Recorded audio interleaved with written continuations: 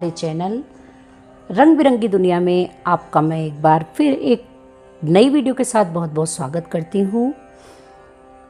पूरे कार्तिक मास में मैंने कार्तिक मास अध्यात्म के 1 से लेकर 35 अध्याय आप लोग को सुनाने की कोशिश की है। तो आज है कार्तिक मास का आखिरी दिन।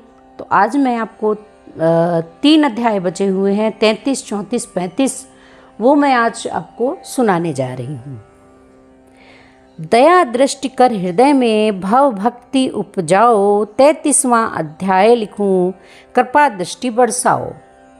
सूत जी ने कहा, इस प्रकार अपनी अत्यंत प्रिय सत्यभामा को यह कथा सुनाकर भगवान श्री कृष्ण संध्योपासना करने के लिए माता के घर में गए। यह कार्तिक मास का व्रत भगवान विष्णु को अति प्रिय है तथा भक्ति प्रदान करने वाला है। रात्रि जागरण, प्रातःकाल का स्नान, तुलसी बट सिंचन, उद्यापन और दीपदान, ये 5 कर्म भगवान विष्णु को प्रसन्न करने वाले हैं, इसलिए इनका पालन अवश्य करना चाहिए। ऋषि बोले, भगवान विष्णु को प्रिय अधिक फल की प्राप्ति कराने वाले, शरीर के प्रत्येक अंग को प्रसन्न करने वाले कार्तिक महात्म्य आपने हमें बताया। यह मोक्ष की कामना करने वालों तथा भोग की इच्छा रखने वाले मनुष्यों को यह व्रत अवश्य ही पालन करना चाहिए। इसके अतिरिक्त हम आपसे पूछना चाहते हैं, सूत जी ने कहा, इस प्रकार अपनी अत्यंत प्रिय सत्यभामा को यह कथा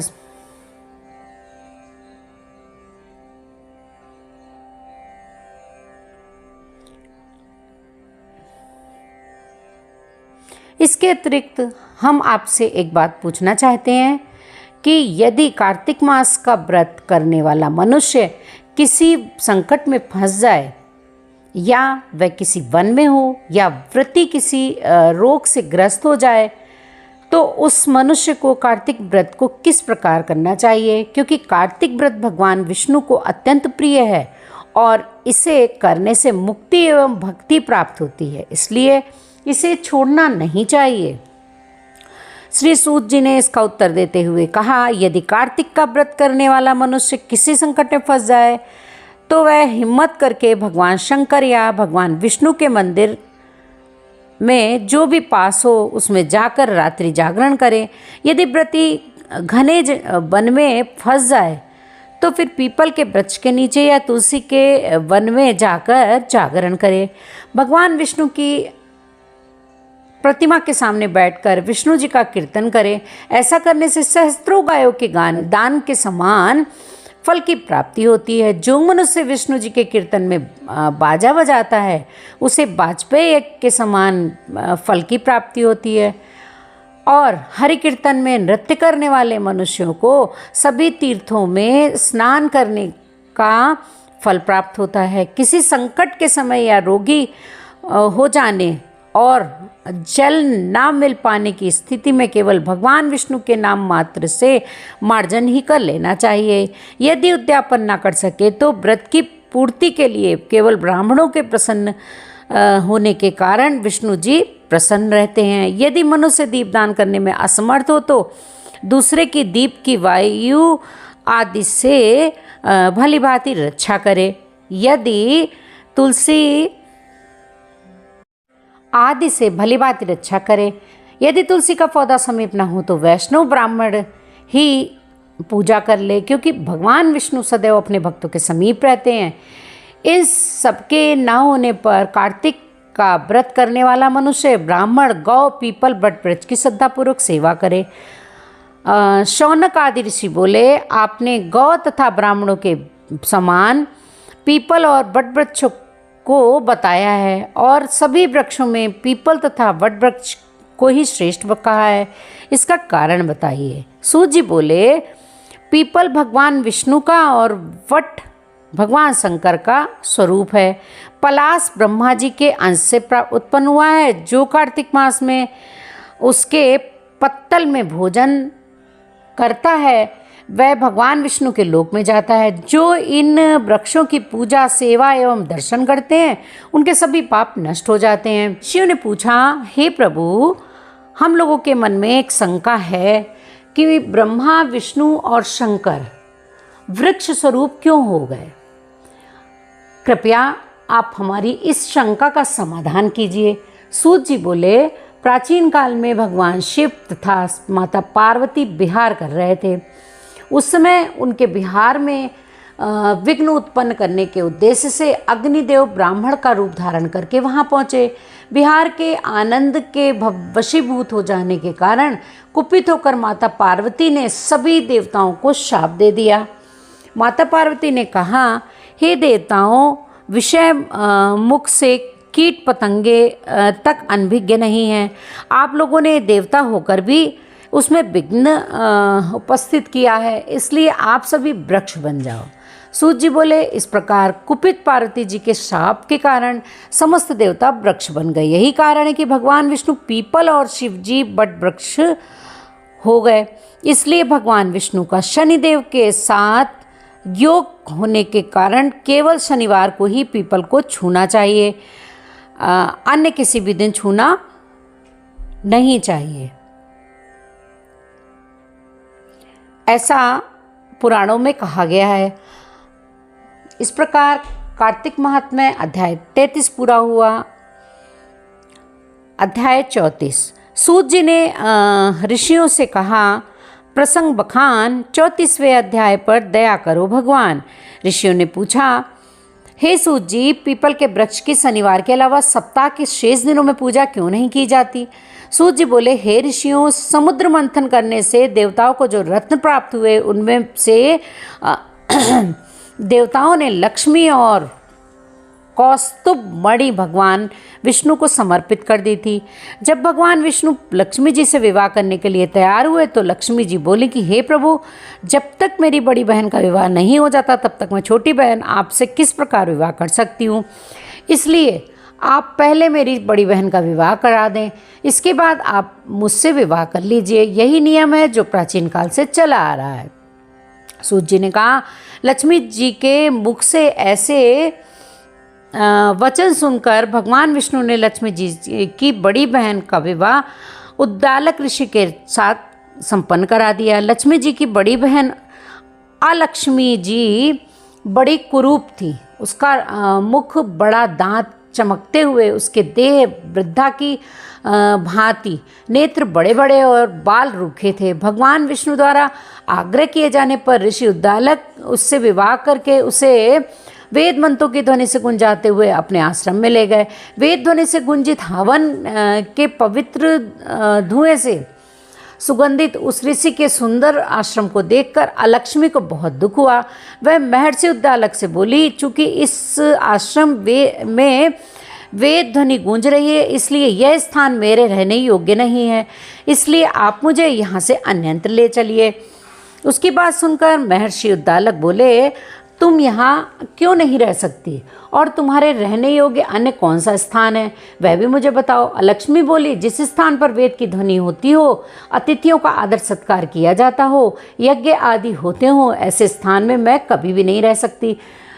जिस स्थान पर पति पत्नी आपस में प्रेम से रहते हो, पितरों के निमित्त यज्ञ होते हो, देवताओं की पूजा होती हो, उस स्थान पर मैं नहीं रह सकती। जिस स्थान पर वेदों की ध्वनि ना हो, अतिथियों का आदर सत्कार ना होता हो, यज्ञ ना होते हो, पति पत्नी आपस में क्लेश करते हो, पूज्य वृद्धों और सत्पुरुषों तथा मित्रों का अनादर होता हो, वहाँ दुराचारी, चोर, पर स्त्रीगामी मनुष्य निवास करते हो, जिस स्थान पर गायों की हत्या की जाती हो, मद्यपान, ब्रह्म हत्या आदि पाप होते हो, ऐसे स्थानों को मैं प्रसन्नता पूर्वक निवास करती हूँ। सूत जी बोले, अलक्ष्मी के मुख से इस प्रकार के वचन सुनकर उद्दालक का मन खिन्न हो गया। वह इस बात को सुनकर मौन हो गए। थोड़ी देर में वे बोले कि ठीक है, मैं तुम्हारे लिए ऐसा स्थान ढूंढ लूँगा। जब तक मैं तुम्हारे लिए ऐसा स्थान ना ढूंढूं तब तक तुम इसी पीपल के नीचे चुपचाप बैठी रहना। महर्षि उद्दालक उसे पीपल के वृक्ष के नीचे बैठाकर उसके रहने योग्य स्थान की खोज में निकल पड़े, परंतु जब बहुत समय तक प्रतीक्षा करी पर वह वापस नहीं लौटे तो अलक्ष्मी विलाप करने लगी। जब वैकुंठ में बैठी लक्ष्मी जी ने अपनी बहन अलक्ष्मी का विलाप सुना तो वे व्याकुल हो गई। वे दुखित होकर भगवान विष्णु से बोली, हे प्रभु, मेरी बड़ी बहन पति द्वारा त्यागे जाने पर अत्यंत दुखी है। यदि मैं आपकी प्रिय पत्नी हूँ तो आप उसे आश्वासन देने के लिए उसके पास चलिए। लक्ष्मी जी की प्रार्थना पर भगवान विष्णु लक्ष्मी जी सहित उस पीपल के वृक्ष के पास गए जहाँ अलक्ष्मी बैठकर विलाप कर रही थी। उसको आश्वासन देते हुए भगवान विष्णु बोले, हे अलक्ष्मी, तुम इसी पीपल के वृक्ष की जड़ में सदैव के लिए निवास करो, क्योंकि इसकी उत्पत्ति मेरे ही अंश से हुई है और इसमें सदैव मेरा ही निवास रहता है। प्रत्येक वर्ष गृहस्थ लोग तुम्हारी पूजा करेंगे और उन्हीं के घर में तुम्हारी छोटी बहन का वास होगा। स्त्रियों को तुम्हारी पूजा विभिन्न उपहारों से करनी चाहिए। मनुष्यों को पुष्प, धूप, दीप, गंध आदि से तुम्हारी पूजा करनी चाहिए, तभी तुम्हारी छोटी बहन लक्ष्मी उन पर प्रसन्न होगी। सूत जी बोले, ऋषियों, मैंने आपको भगवान श्री कृष्ण, सत्यभामा तथा प्रदु नारद का संवाद सुना दिया है, जिसे सुनने से ही मनुष्य के समस्त पापों का नाश हो जाता है और अंत में वैकुंठ को प्राप्त करता है। यदि अब भी आप लोग कुछ पूछना चाहते हो तो अवश्य पूछिए, उसे मैं बताऊंगा। सूत जी के वचन सुनकर शौनक आदि ऋषि थोड़ी देर तक प्रसन्नचित्त वहीं बैठे रहे। तत्पश्चात वे लोग बद्रीनारायण जी के दर्शन हेतु चले गए। जो मनुष्य इस कथा को पढ़ता है और सुनता है और सुनाता है, उसे इस संसार में समस्त सुख प्राप्त होते हैं। इस प्रकार 34वां अध्याय पूरा हुआ। अध्याय 35। अनुपम कथा कार्तिक होती है संपन्न, इसको पढ़ने से श्रीहरि होते हैं प्रसन्न। इतनी कथा सुनकर सभी ऋषि सूत जी से बोले, हे सूत जी, अब आप हमें तुलसी विवाह की विधि बताइए। आप हमें तुलसी विवाह की विधि बताइए। सूत जी बोले कि कार्तिक शुक्ल नवमी को द्वापर युग का आरंभ हुआ है, अतः यह तिथि दान और उपवास में क्रमशः पूर्वान व्यापनी तथा परहान व्यापनी हो तो गम है। इस तिथि को नवमी से एकादशी तक मनुष्य शास्त्रोक्त विधि से तुलसी के विवाह का उत्सव करे तो उसे कन्यादान का फल प्राप्त होता है। पूर्व काल में कनक की पुत्री किशोरी ने एकादशी तिथि में संध्या के समय तुलसी की वैवाहिक विधि संपन्न की थी। इससे वह किशोरी वैधव्य दोष से मुक्त हो गई थी। अब मैं उसकी विधि बताता हूँ। 1 तोला सुवर्ण की भगवान विष्णु की सुंदर प्रतिमा तैयार करें अथवा अपनी शक्ति के अनुसार आधे या चौथाई तोले की ही प्रतिमा बनवा लें। फिर तुलसी और भगवान विष्णु की प्रतिमा में प्राण प्रतिष्ठा करके षोडशोपचार से पूजा करें। पहले देश काल का स्मरण करके गणेश जी का पूजन करें। पुण्याह वाचन कराकर नांदी श्राद्ध करें। तत्पश्चात वेद मंत्रों के उच्चारण और बाजे आदि की ध्वनि के साथ भगवान विष्णु की प्रतिमा को तुलसी जी के निकट लाकर रखें। प्रतिमा को वस्त्रों से आच्छादित करना चाहिए। उस समय भगवान का आवाहन करें, भगवान केशव आइए देव, मैं आपकी पूजा करूंगा, आपकी सेवा में तुलसी को समर्पित करूंगा, आप मेरे संपूर्ण मनोरथों को पूर्ण कीजिए। इस प्रकार आवाहन के पश्चात 3 बार अर्घ्य, पाद्य और विष्टर का उच्चारण करके इन्हें बारी बारी से भगवान को समर्पित करें। फिर आचमनीय पद का 3 बार उच्चारण करके भगवान को आचमन कराएं। इसके बाद कांस्य के बर्तन में दही, घी और मधु रखकर उसे कांस्य के पात्र से ढक दें तथा भगवान को अर्पण करते हुए इस प्रकार कहें कि वासुदेव, आपको नमस्कार है, यह मधुपर का आप ग्रहण कीजिए। तत्पश्चात हरिद्रा लेपन और अभज्ञ कार्य संपन्न करके गोधूल की वेला में तुलसी और विष्णु का पृथक पूजन पृथक पृथक करना चाहिए। दोनों को एक दूसरे के सम्मुख रखकर मंगल पाठ करें। जब भगवान सूर्य कुछ कुछ दिखाई देते हो तब कन्यादान का संकल्प करें।